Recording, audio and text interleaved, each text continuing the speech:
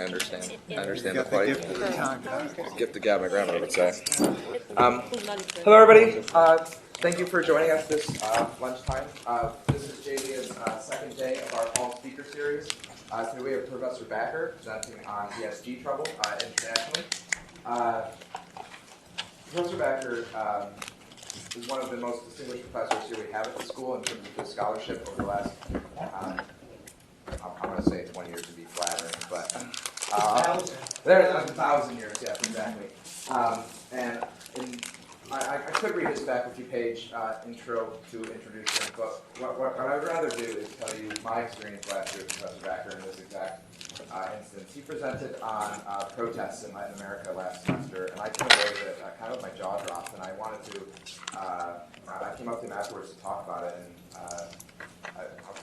it was something I had never learned about at school. It was something I got a unique perspective with someone with his background in both law and culture, and so I think you guys are really going to learn something interesting today, not only just because you are here. I think there's a lot of interest in ESG overall, and so I think we're going to have a really good presentation today.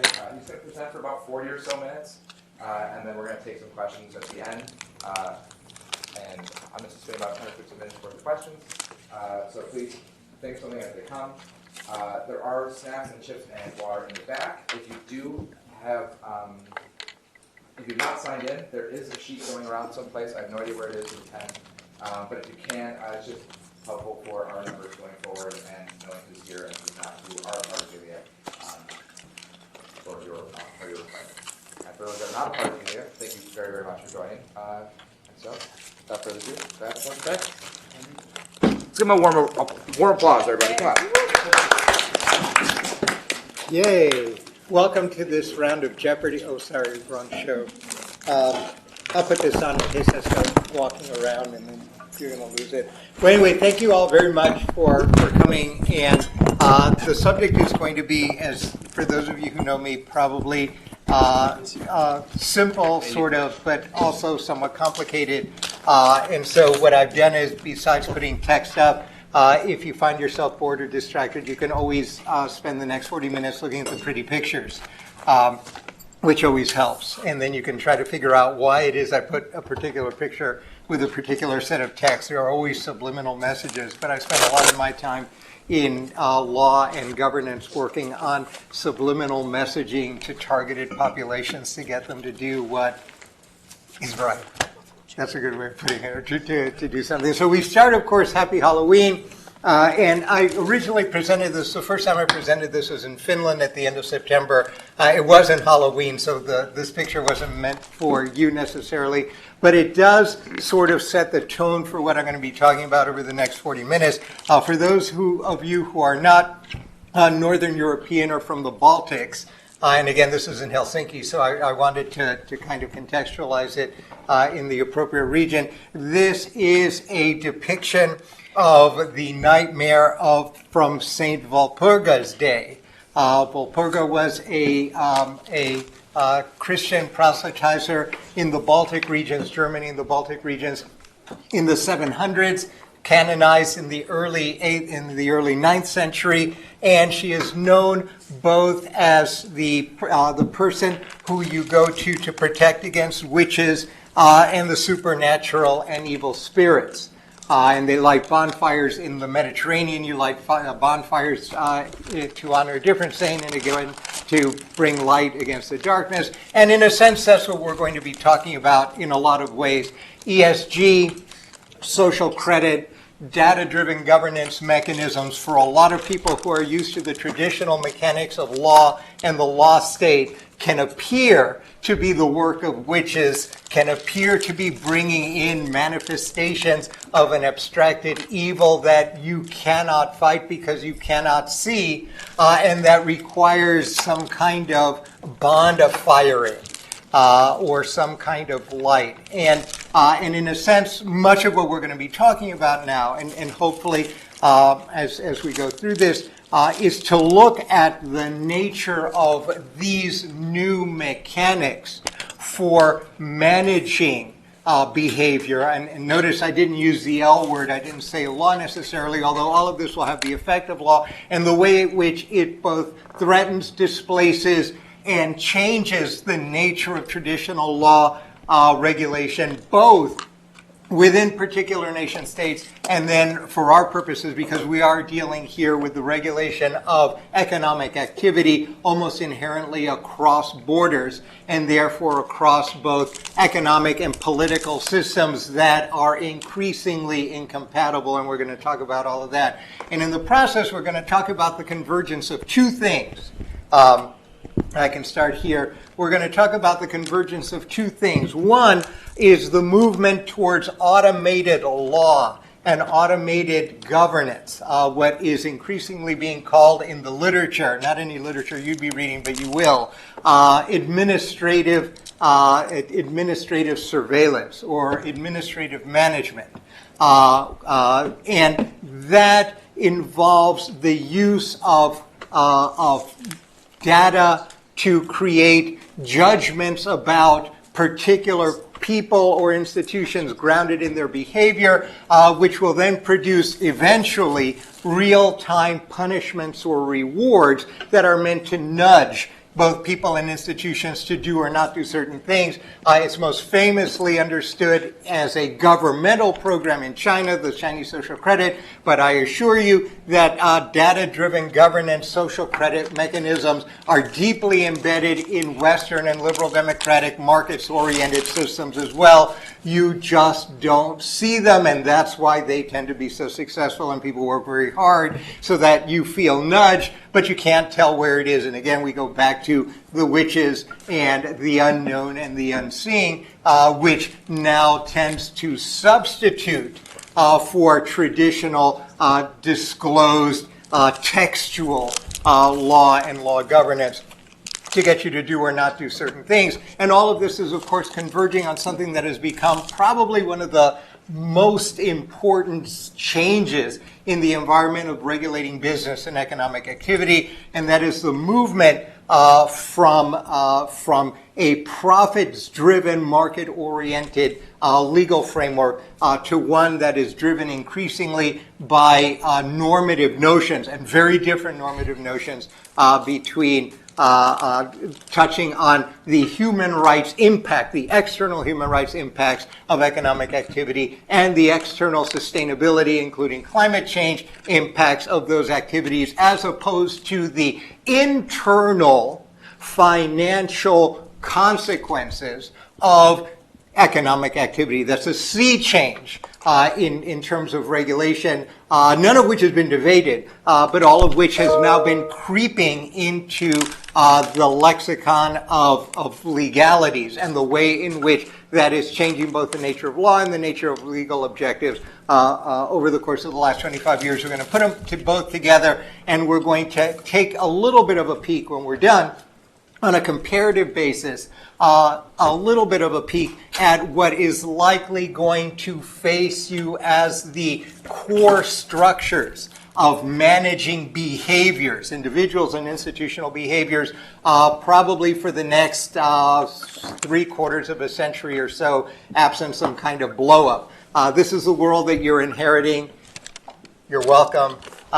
And one in which you're going to be functioning as lawyers, whether you like it or not, whether you think it's going to happen or not, whether you think that this is good or bad, doesn't really matter. It's here. And so we're going to look at it and its consequences as we begin to see these two systems developing in two really, to some extent, different worlds. The worlds of Marxist-Leninist legality centered on China and Chinese sensibilities, which are then exported out through the Belt and Road, and then the liberal democratic approach, which is then pushed out through their rules-based international order and their interlocking system of trade and friendship treaty alignment. So that's what we're going to see. So there's a lot of stuff that's going to be going on, but ultimately what we're going to be looking at is something that is inherently simple. And that is, what happens if we replace the traditional mechanisms for getting people to do something, which is some sovereign saying to some object of sovereignty, do or not do something, and you replace that with a series of indirect, measurable mechanics that reward you and punish you through discretionary activity of an administrative apparatus to ultimately manage your existence in a much, much, much more granular way. That is the world that you're inheriting. And again, you're welcome. So the roadmap for all of this is really quite fascinating, and you're going to have a great time over the course of your lives as you deal with this one way or another. So my roadmap is very simple. So we're going to look at one aspect of this because this is actually quite comprehensive, and it's affecting virtually every field from global health issues, even something like meteorology, to economic activity, which is what I'm going to be focusing on. So I'm going to start by looking at the new risk parameters, the new managerial risk parameters in the form of ESG, which has become a global phenomenon and a way in which we can encapsulate these notions of human rights and sustainability-driven markers for business behavior, as opposed to the old profit-motivated ones. So we're going to start by looking at ESG as in public-private governance. It's neither public nor private. We're then going to look at how this concept of ESG, with its origins in the West, not just it was a U.S. Anglo-European project, although it's manifested quite differently depending on what side of the Atlantic you're on, but a liberal democratic markets-oriented project. How it's been transposed to China. China has become a huge now source of innovation in ESG, but a Marxist-Leninist as opposed to a liberal democratic markets-driven one. And then we're going to see how or to what extent they can be aligned with these new mechanics of social credit, that is, of data-driven, ratings-based systems of tracking and evaluating behavior, which is then nudged by imposing rewards and punishments when you meet certain thresholds of either good or bad behavior, and to what extent that then will produce either conflicts or convergence among the emerging, what I call the post-global imperial systems of control and domination, which posits the two big ones, the American-led system and the Chinese, the Marxist-Leninist and liberal democratic, with a fairly autonomous European branch that tends to drive or irritate or interact with the American system. The Europeans kind of not quite in the middle, but a variation which is sufficiently different from that of the Anglo-American world to merit some measure. So we're going to look at all of that, and we're going to look at what this means in terms of conflict in lawmaking across global production chains, which is where the action is. So let's start with ESG. And by the way, if you've got questions as we go through this, just let me know. All right, so we're going to start with ESG in global governance. By now, of course, like this bear, you probably need a drink. If you look carefully, these will cost you, it's $349 per. So you're either on a Greek island somewhere in summertime, or you I need my children to marry your children and inherit whatever money you have. All right, so let's look very briefly at ESG. Right, and originally, when you look at ESG, and all right, so what is ESG? It's environmental, social, and governance factors, risk factors that are used by X, originally meant to be used by financial institutions to rate the riskiness of an investment in a capital investment in the form of a loan, an investment in a company seeking capital in a way that expands the nature of riskiness from financial performance to performance within the environments in which these firms operated. So traditionally, when you priced loans, you would look at simple metrics. How good is the company doing? Is this company going to be around and solid financially during the term of the loan? Are they likely to have any problems paying me interest as it is due? Are there things we have to worry about in terms of corporate performance that will ensure, one, that I get my interest payments on time, two, that I get my principal back at the end of the term, and that everything I'm going to do in terms of pricing this loan, which is pricing the risk and my return to it, and deciding in the first instance whether I'm going to loan you money or not, will be based on that assessment. Well, over the course, again, because of the increasing importance of human rights and sustainability, over the course of the last 25 years, additional risk parameters were thought useful in more detail determining the nature of the risk. And these are social risk factors as opposed to external, that is, they're external factors rather than internal factors with respect to the company's operation. Social factors that may affect, ultimately, the performance of these companies in society, right? And so we look at environmental risk factors, social risk factors, and governance risk factors. That is, we're not looking necessarily at these things as a function of nothing. We're looking at it as a function of its impact on society or the operating environment in which these companies are working, and therefore on the ability of these companies to maintain their economic coherence and viability, and therefore will help us price, right? We will be able to price our loan as a function of a larger set of risk parameters that we have to worry about. All of this was not mandated. There was a lot of push.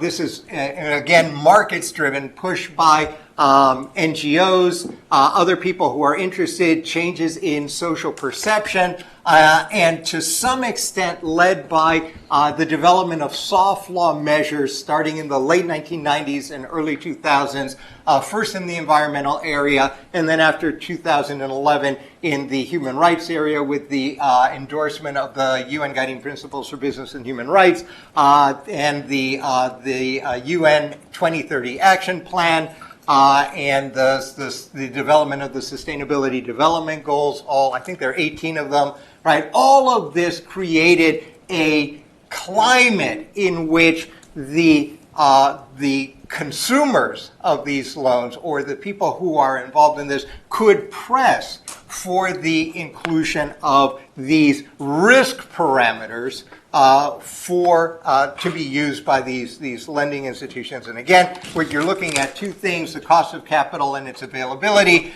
There were a number of organizations, primarily the Norwegian Sovereign Wealth Fund, which was a huge leader in developing mechanisms where they weren't adopted in ESG, but the impulse, the governance impulse within the pension fund global was a model that had been studied by a lot of people, and that is, if you fail to take into account these things, then either the Norwegian Sovereign Wealth Fund will remove you from their investment universe, that is, they won't invest in you, and then the parallel would be the bankers won't lend you money, or they will put you under observation, or which means that they will seek a tremendous amount of information about your performance to comply with their normative rules on what are acceptable levels of risk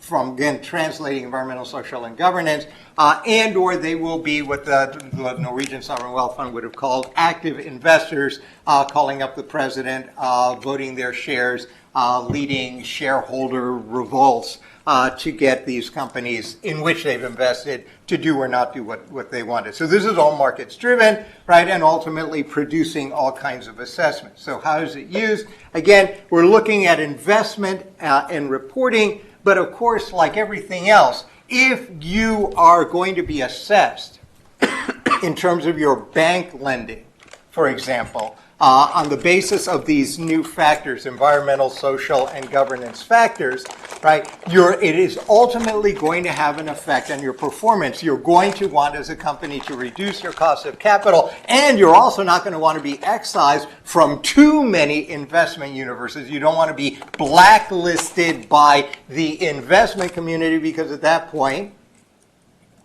You run out of money, right? You want the money. So what are you going to do if you want the money? You're going to start conforming. And how are banks going to be looking at this? They're going to be looking at this not necessarily by looking at every company one by one, but you can imagine this is a business opportunity as well. And what you wind up having is the rise of companies, the purpose of which is to begin to rate the ESG performance of companies that then have to go to lenders with their ESG rating, right, in order to get a loan or to price a loan. And so what winds up happening, of course, is that we have the development of informal regulatory structures bound up in the way in which institutions begin to characterize, define, and use these risk factors and to develop what they believe to be the appropriate response or the appropriate mechanisms necessary to either prevent, mitigate, or remedy these deficiencies, and that businesses feel themselves forced to engage in these things if they want to reduce their cost of capital. Right, and so we've got all of these things going, and indeed, as you see here, I put some numbers up. We're looking at conversion, that is, of companies that are now involved in doing these. Again, market space. Notice I haven't used the L word in any of this, but we have a really efficient system of regulating the internal construction and the internal operation and choices of businesses through this risk system. We see that it's up to several trillion, tens of trillions of dollars in investment. So it's not, and it's growing significantly, right? And indeed, once in the West you see how effective this is, you know that the state will not be far behind, and the Europeans, far more than the Americans, have this almost automatic reflex to legalize whatever it is seems to be working within the market sphere, but is not yet subject to some kind of legal structure. And so there you go. The informal systems that are being created, again, Europe has been leading in this. It doesn't mean that the Americans are resisting or not doing this, but the Europeans really have been from an intellectual perspective at the forefront. You've got the development of general requirements of disclosure, the sustainability, the human rights standards are coming as well, and these are directed both to companies and to accountants and auditors, which ultimately, they're very long and they're very complicated, but ultimately create a kind of how-to list of things you have to do in order to conform, that is, in order to reduce your risk parameters. The EU is now working on the Corporate Sustainability Reporting Directive. There is a supply chain due diligence regulation that may or may not see the light of day. It depends on what day you're looking at the internal politics of this thing. And they have also developed these European Sustainability Reporting Standards. These will have legal effect. The Americans are still in the soft law. And then you've got private and hybrid developments, is led in this case by the Global Reporting Initiative, GRI, which tends to be a leader in reporting, especially reporting of non-financial matters. Any of you who are going to be working with large multinational enterprises, you're going to learn more about, and you'll always have the GRI over your shoulder. You're going to be looking at this. So there are emerging standards, although again, understand this is a market-driven force, and then it's had impact. Once this thing got off the ground, starting in the 2010s, really, the ambitions for its further elaboration and deployment has now really picked up steam. And what I've done is divide this. Again, this is a talk in its own right, but just to give you a sense of where you go from something that starts as simple as financial risk calculus for pricing loans, it now becomes, and because of its consequential effect, everyone sees the writing on the wall, and what you wind up doing is seeing this now expand. It can be used, and I call these operational framing, risk framing, objectives framing, system framing, stakeholder privileging framing, and compliance framing. All of these things are now moving forward informally or more formally. So it's a decision-making device for internal operations. I will not invest in Myanmar because the human rights risk or the environmental risk is too great, and therefore that is not a place I will go, even though I can make $1 kajillion. Right? So it's a decision-making device for internal operations and choice and manner of engaging in operations. It is a risk framing device, the expression of this prevent, mitigate, and remedy principle, which is coming in legal form in the European corporate supply chain due diligence measures. It's already impacted the German supply chain due diligence law, this notion of having to not merely assess and understand risk, but now to actively prevent it as well as a legal measure now imposed on economic operations. It's objectives framing. That means that it's a means of operationalizing sustainability and human rights measures. That means you have to put that up in front. I cannot do this because it may pose a substantial threat. I'm using the Norwegian Sovereign Wealth Fund terminology. It may pose a substantial threat of creating a risk of any one of these measures. It's a system framing device, human versus biodiversity centered. You put humans in the front. This is a big issue now that has arisen in the last 2 or 3 years.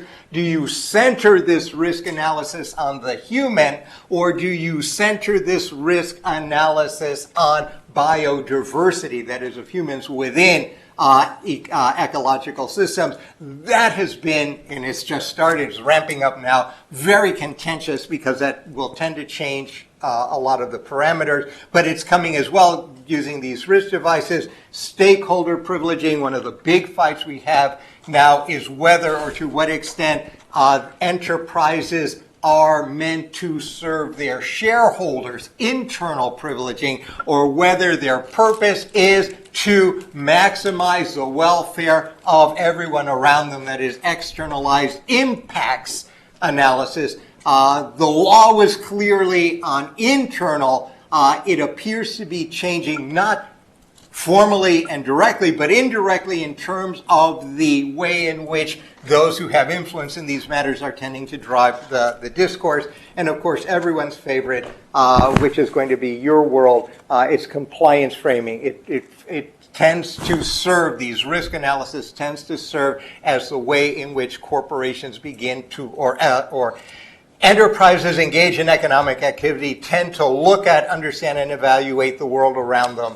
And what they can or can't do and their consequences. So the potential for ESG as a framing mechanism, as an orienting mechanism, even in a markets-oriented economy like the liberal democracies, the OECD states, and then all of their downstream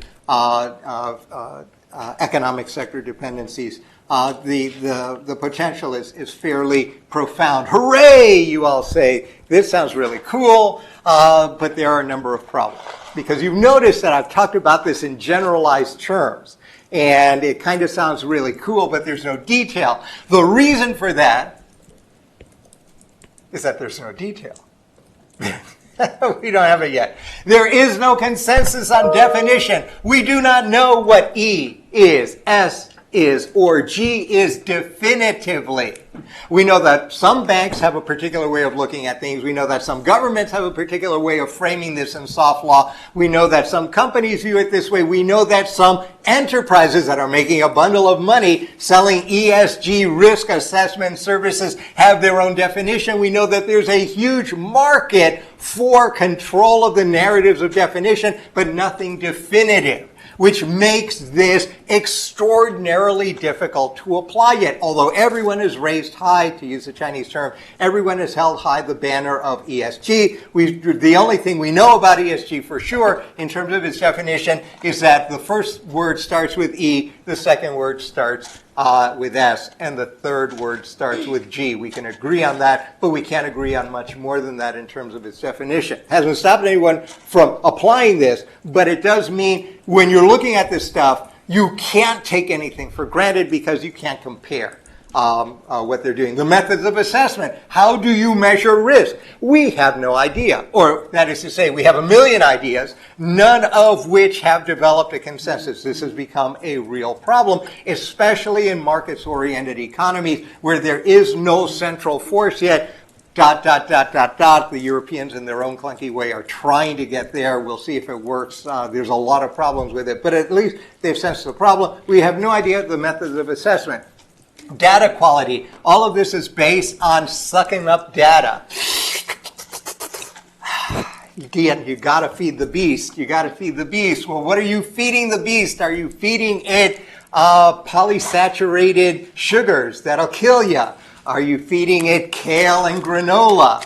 Are you feeding it stuff that is not true? Are you feeding it AI-generated garbage? Do we know what you're feeding it? Can we even agree on what sorts of data everyone is going to suck into the analytic machine so that when we do the ratings, we can actually compare them? The answer is no, not yet. So we have quality of data issues, not just quality of data issues, but data choice issues as well. The applications, we have no idea when and how you apply it. So, and you can see where it's going. Scalability issues, comparability issues, given all of the stuff that I've already talked about, it's virtually impossible to compare with any degree of precision, except very generally, the liability and consequences of either doing or failing to do. A lot of businesses tend not to like to do ESG because if in fact they do this and bad things happen, for those of you who are going to be plaintiff side litigators, what are you likely to want to do? You're going to find it irresistible. You're going to use these data, these measures, and these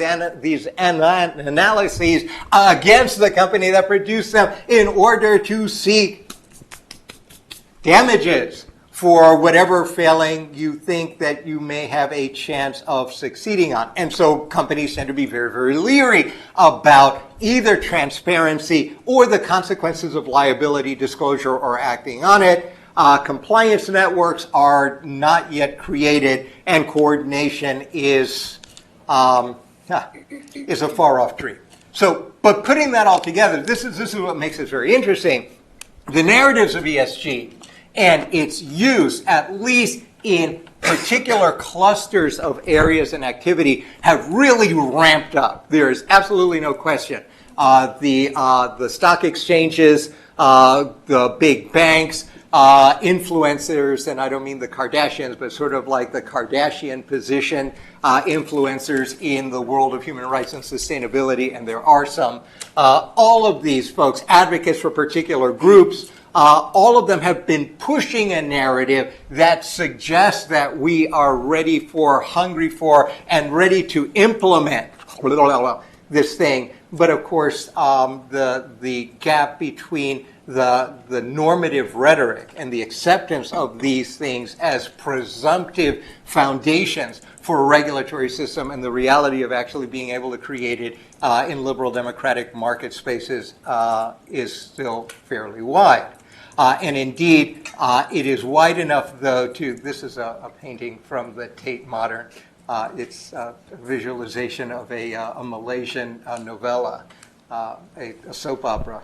But it's kind of, it nicely summarizes the slides that are about to come up. And so we've got all of this narrative, and since liberal democracy has now essentially become narrative-driven as opposed to substantively driven, off we go. The narrative is now well enough established so that we actually begin to have ESG wars in the United States. At the federal level, of course, very famously over the last 18 months, we've had efforts by the American bureaucratic apparatus to develop measures that impose either directly or indirectly either limited or actually more profound ESG requirements, reporting requirements on companies. The SEC was attempted to mandate this, and by since the Americans are now governing themselves through executive orders, through an executive order in which, rather than a congressionally passed legislation,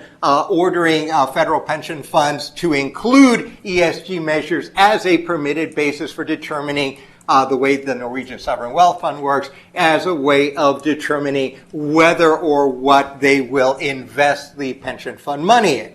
That has created a tremendous amount before Congress went nuts and stopped having a speaker. It generated a tremendous amount of activity in the House and the Senate and produced, I think, is one of the few vetoes from the Biden administration when they sought to strip the administrative apparatus and this pension fund thing of ESG on the basis this is a counter-narrative, only financial criteria strategy is what you're going to see if you look at it in the press. And the states, because this is a federal system, have also been busy. There are a number of states that have sought to impose anti-ESG legislation. Kansas, I think, is the most advanced one. Essentially, ESG ranks right up there with the F word of things that you cannot say in public spaces in Kansas. It's forbidden in a much larger number of areas. In most other states, it's basically with respect to fiduciary and fiduciary accounts. But this is by no means over, and you're likely to see this more and more and more, probably heating up once winter is over and everyone gears up for the 2024 elections. There'll be a lot of legislative posturing, and so this is going to be a fairly hot issue depending on how things are going. All right, so that gets us to half of this thing. So ESG, it's big, it's not big, it's important, it's ambiguous, and it's liberal democratic, markets-based. You would think that there'd be no such thing in China, but you would be wrong. And indeed, the same pressures, although they're going to manifest themselves in different ways, the same pressures that are bringing ESG criteria to the fore in the management of economic activities are being pushed in China as well. But Marxist-Leninist values, Chinese Marxist-Leninist values and understandings of the realities of the construction of a political economic system are not the same as those that drive liberal democracy. And even though they will also impose ESG, they are going to craft in opposition to Western liberal democratic ESG measures, Marxist-Leninist ESG measures. What are the foundations of these things? For the last 10 or 15 years, the Chinese Communist Party has pushed the notion of ecological civilization. The Cubans and the Vietnamese as well. There's three variations of Marxist-Leninism. I'm only going to focus on the Chinese because that's probably all. Otherwise, this will take forever. So the sensitivity to preserving the ecology, but as a function of the overarching importance of development, that is, of the use of the productive forces of society to develop the wealth, the aggregate wealth of society. And if that means you're going to have to cut down some forests and you're going to have to pollute some rivers because you need that in order to make society better off, and then you're going to regrow these suckers, well, okay, that's the way it's going to work. But in that context of development is always going to be there. We have a focus on ecological civilization, the 12 core socialist values, that is, this is a moral project as well as a financial or governance project. Morality plays a huge role. I'm not going to go through the 12 core socialist values. And the 4 cardinal principles of the construction of the Marxist-Leninist system in China, which is to stay on the communist path. The notion of people's democratic dictatorship, which is democracy for people who adhere to, who are patriots. I'll do the simple way, people who are patriots as they define it, and dictatorship for people who are not. And then upholding the leadership of the party and its core ideology. And all of this in the context of the contradictions that must be overcome if society is to progress ultimately to the establishment of a communist society. That's more than you think you want to know, but you really need to understand that in order to understand why the Chinese system will take on the characteristics it does, because it is grounded and driven by things that are strongly believed by the ruling orders that are, in a lot of ways, that shape a worldview that necessarily will be profoundly different from our own. And these are the political foundations. There are administrative foundations as well. This is my check the box slide, and we're going to be checking the boxes and this is something very different from the West since 2006. The Chinese corporate law has included a general obligation of social responsibilities for corporations to be determined and guided by the party and its policies as implemented through law and its administrative apparatus. The two big ones is in 2018 and then in 2022, the China Securities Regulatory Commission began including ESG reporting measures into their discretionary disclosure regimes. That has been augmented, and in 2021, they established rules on ESG reporting. Now, notice the ESG reporting in China: environmental emissions, administrative penalties for breach of environmental regulations, reducing carbon emissions, and donations or other actions that reduce poverty, and so on. And that was then augmented in February of 2022. The China Economic Reform and Development Society, which is it's a governmental organization, but they don't pass hard law, they pass soft policy. Although in Marxist-Leninist regimes, the difference between soft law, formally soft law, and formally hard law is somewhat squishy. They developed two things: a guidance for enterprise ESG disclosures, which are fairly broad, and then the ESG disclosure standards. You've got a question? Yes. I want to know, in real life, besides the Chinese issuing the law, if they really comply with it? Yes, they comply with it. Because, obviously, you're the ones that has been investigating this issue for a lot of time, but usually what we see sometimes, like in media, is that they show us that the way they treat their labor is not the best one. All right, but So, right. But so, right, that's a great point. Yeah, what you see, but notice, where is ESG going in China? When you're looking at, for example, the CSRG standards, you're looking at environmental. Are they looking at labor? No. When you're looking at CERDS, the China Enterprise Reform and Development Society, are they looking at labor? They may be looking at labor, but they will be looking at labor not through the lens of liberal democratic sensibilities with respect to labor organization, labor rights, and our interpretation of Article 23 of the UN Declaration, Universal Declaration of Human Rights, and the ILO Convention, but through a Marxist-Leninist lens, which may produce a vastly different result. One of the key differences of which would be an aversion to non-state sanctioned labor unions and the notion that collective labor must sacrifice in developing state productive resources for the good of society. For the West and liberal democracy, that is viewed as abhorrent. For them, it's not. And so, yes, the Western press will report, oh my God, this is horrible. And from our perspective, it is. From their perspective, it may not be. And then we get back to the issue, well, okay, so now we have this big normative fight, and, let the games begin. But in terms of being internally consistent with their own construction of their own political economic system, it is not inconsistent or weird. We just don't like it. They don't like ours. And then, again, the thing goes. But they have them. And they've been developing them, and it's been formalized.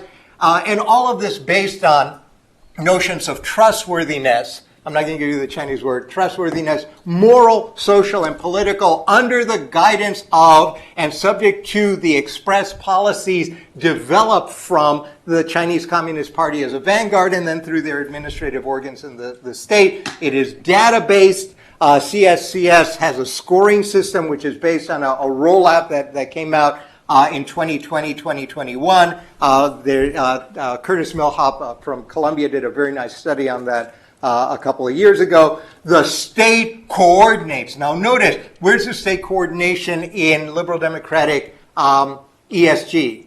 There ain't none. It's all state coordinated. The essence of a Marxist-Leninist system is that everything is political, everything is public, and therefore has to be state coordinated and aligned with the political objectives expressed by and through and under the party, right? And all of this then intertwines both the development of the Communist Party's political line with its expression in policy, with its manifestation and operationalization on the way in which companies operate.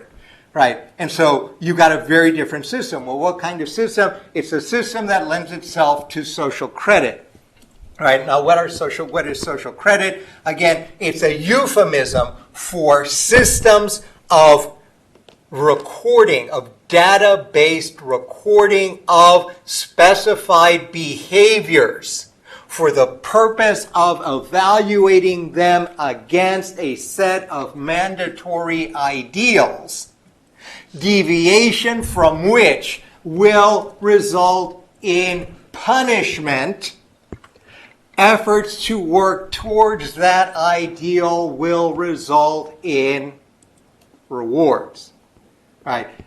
In China, this is all state-based, necessarily so, but it's a mess. And for those of you who want to study social credit, you've got the same sort of issues that we have with ESG issues in liberal democratic states, and that is issues of definitions, issues of feudal territorialization, issues of different fields that are not communicating with each other, issues of actually having the central authorities try to figure out how all of this stuff will work, what kind of nudging measures will be used. If I fail to pay my court judgment and I'm on a blacklist, does that mean I will not be able to send my kid to Peking University? Right? And you've got two different things. Is that okay? Is that okay? The big issue in China, is that okay under the law of punishments? That has been reformed over the last year or so. But that was a big issue within the field of Chinese legality. So it's a bit of a mess. But the essence of it, that the state will begin to manage behaviors by tracking people's behavior through the digestion of data, which is the essence for risk assessment, is now fairly well established, grounded in these moral orders based on the objectives and the sensibilities of the leading parties. And in this case, certainly since 2014, touching on the field of economic production, finance, and management systems in enterprise. Those are all fair game, right? And again, these are all ratings-based systems that are based on technological assessments. You've got the same problems here that you have with us. What kind of data are you using? Can you use data? And you know, social credit is, of course, notorious in the West because it's applied to individuals, and everyone hears stories about how a teenager will go and buy too many video games, and then his credit is punished, and then he can't get something else, or he has trouble finding a job, and there's been a tremendous number of stories about that since 2017. But I'm looking at this from the perspective because in the crosshairs of all of this are business enterprises, not just state-owned enterprises, but private businesses as well, all of whom have to report. Well, what are they reporting now? They're reporting ESG measures. What ESG measures? The ESG measures that are now set out by these central coordinating institutions that we've just looked at, right? These rating measures. Where are you? Here. That these central authorities have been putting out. So we've got data. We've got data that's coming out, and we've got additional data, all of which then aligns with a much more comprehensive program of managing behavior by every single factor of social relations within China on the basis of these data, which are then judged as against the construction of an ideal type. The ideal worker, the ideal citizen, the ideal private company, the ideal public company, the ideal judge, The judges are no different. There's an AI program now that is being used to monitor the patterns of judicial decision making against, I think they've got, the last I heard, there were several million cases already in the database that are being crunched by AI.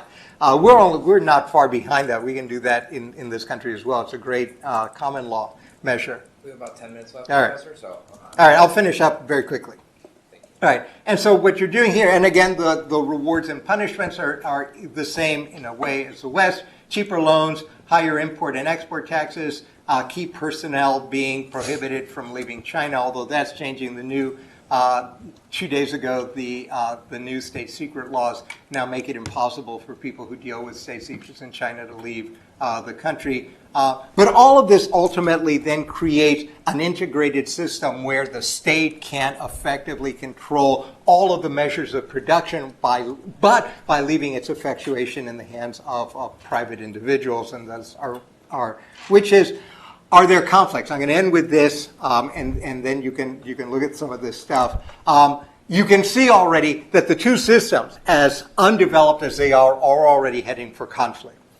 They're heading for conflict in a lot of ways. One is in the conflict will be developed through the passage of legal regulations in China. The state security laws, the counter-espionage law, the data security laws, the state secret laws. In the EU, the German supply chain due diligence law, the loi de diligence, the EU measures in the UK, Australia, and the US modern slavery law, and sanctions-based regimes, sanctions against Chinese policy in Xinjiang, for example. So we're going to be looking at that, and they go in different directions. The Chinese are pulling their data in, do not want anyone to look at it. The European Union is desperate to suck up data from every place where their companies have a supply chain, including places like China where data is impossible to pull out. The US and the UK are looking for data everywhere in order to apply sanctions to bar certain countries, certain individuals, and certain companies from doing business within the US.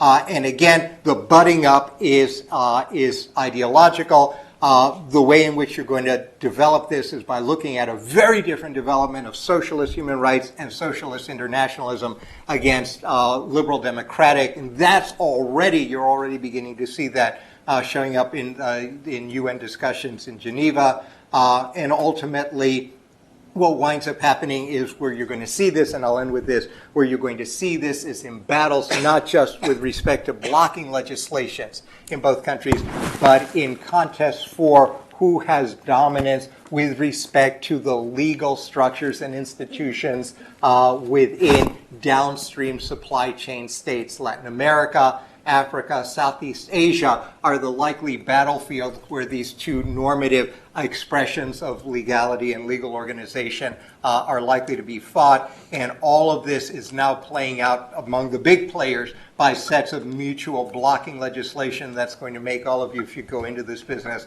a huge amount of money. Questions? I have a number, so if you guys have a question, please go first. I know there's a lot to chew on here. Okay, well, I'll start, and I'll ask, you mentioned earlier, I believe in the environmental section of defining ESG, you said that there's a debate between defining it as just humans and then humans in the biosphere. Right. Do you have an opinion on which one should be used, or if there's a third option? Oh, no one's going to ask me my opinion. Well, that's why we're here. We want to know what you... Oh, if I were king of the world, you mean? Yeah, I'm not king of the world. All right, I'll answer it this way, in a kind of sneaky lawyer way. I think the trend is away from human-centered regulation to embedding humans within systems. What that actually means in terms of how you do the analysis remains to be seen, but I think that's the trend. And that's where you're likely to see everything going. That's certainly the trend in the international organizations and in the production of soft law. Okay. And then my second question was, when we were defining, even though we don't have a straight definition for E, S, or G, I can generally think about what some of the factors are for environmental, right? Like whether it's the ground, the soil, the air, what have you. I can generally think about that in terms of social things, whether you're donating to poverty like they had in China. But I'm having a tough time understanding what are what are some of the debates in terms of governance? Is it legitimacy of politics? Is it what's the G? What are some of the factors that are looked towards, even if nobody agrees? What are the factors being considered? You really hit the nail on the head, and indeed that is that's the weak link here. For some people, G is everything that isn't in S and E, and that's how they define it. Literally, if you can't put it in the environmental or sustainability thing, you can't put it in the social thing, then by definition it's got to be governance. For other people, it's very specific. Corruption, for example, fairness in process, and those kinds of things. Disclosure, remedial mechanisms. Those kinds of things would tend to be the core of governance. Environmental, but you're right. There is a core where we can identify some things, and what people have been doing, because it's so crazy. What they've been doing is trying to effectively take the 18 different sustainability development goals, make that the universe of ESG, and then split them up between E, S, and G. That's helpful. The problem with the sustainability development goals is that the way they've been set up, companies and states can choose among them, order them, rank order them in priority. So, for example, the Norwegian state-owned enterprise Hydro will prioritize, I think it's SDG 6, which is water and water rights, and then the others they're not going to worry about as much. That's the one they're going to focus on, and so there are issues with respect to that. Again, you can do this. There's no sense of how all of this works, but much more difficult is how do you assess the risk? So, for example, both the Chinese and the Americans can say, "Yay, we love environment." The Americans can take the position, because they're a much more developed state and a more mature state, they can take the position that the risk of environmental degradation is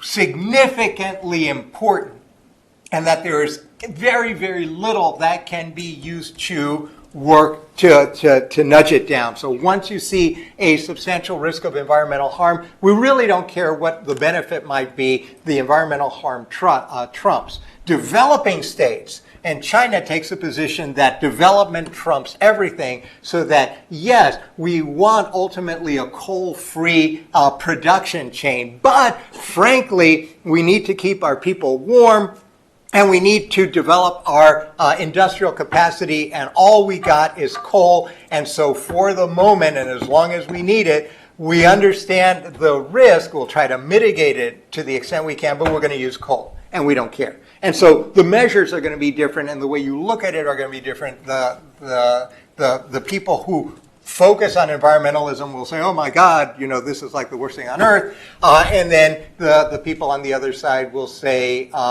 neo-colonialist, neo-imperialist, the usual ad hominems that these two sides throw at each other, and then are magnified by the popular press. Absent other, yes, Emily.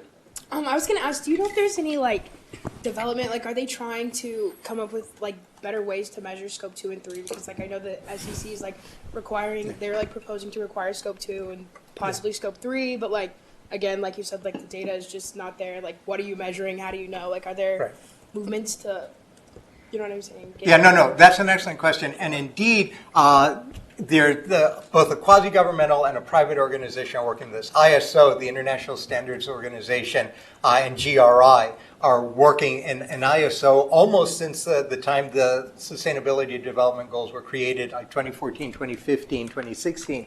They've started to try to figure out how you can to develop consensus on how you quantify this stuff. What do you use? How do you measure? GRI is working on that as well. NGOs and governments tend to like to keep this qualitative as opposed to quantitative. And the reason they like doing this is the ministries prefer qualitative because then they have a much broader space within which they can exercise administrative discretion in molding whatever policy it is that they want, and therefore managing their industries without appearing to manage it. You're doing it in accordance with law, but actually you're managing the thing. NGOs like qualitative because it's much easier to put pressure on people to do more or something different if you don't have to resort to the much more granular effort that's involved in quantified analytics.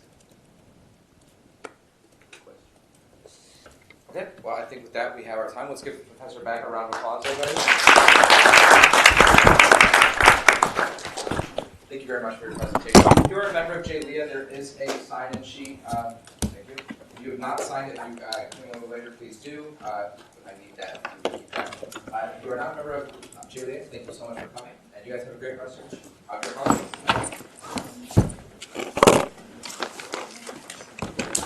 Thank you very much, Professor. That was fun.